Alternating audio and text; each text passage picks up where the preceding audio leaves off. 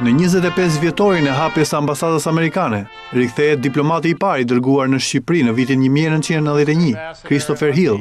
Gjatë vizitës së tij në radio-televizorin Ora News, presidenti Yllindroj e falenderoi diplomatin amerikan për kontributin e tij në demokracinë shqiptare dhe shpreu vlerësimin e tij për miqësinë e ngushtë të dy vendeve në këto 25 vite.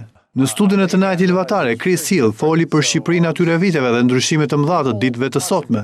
Gjithashtu ndau kujtimet e tij për udhëheqësit Alia, Berisha dhe ju përgjigj pyetjes nëse ka pasur ndonjë rol ambasada amerikane në burgosin e Fatosnanos. Jo.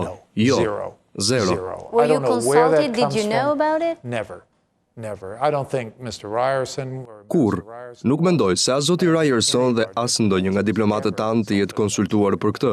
Kjo është një nga ato mitet shqiptare. Christopher Hill u takua me liderët kryesor në vend, presidentin Nishani, kryeministin Rama, kreun e opozitës Basha dhe ish presidentin. Ambasadori Hill kërkoi nga klasa politike shqiptare më shumë dialog për hir të interesit kombëtar. My point today was simply to say, look, Ajo që dua të them është se çdo kush mund të ketë interesa në politikë. Ne kemi interesat politike si Shtetet e Bashkuara. Çdo kush është i lirë të ketë ato, por ka momente të caktuara kur duhet të jeni shumë serioz dhe shumë të qetë dhe të kuptoni se duhet të bëheni bashkë për të arritur atë që doni.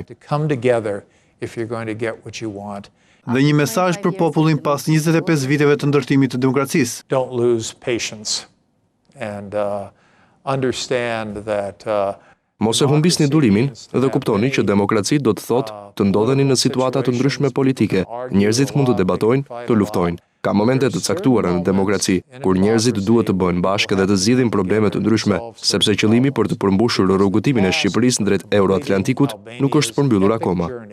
Bisedën e Christopher Hill me gazetarin Hilvatare do ta ndiqni në ditët e vijim, në të Najt Hilvatare në Ora News.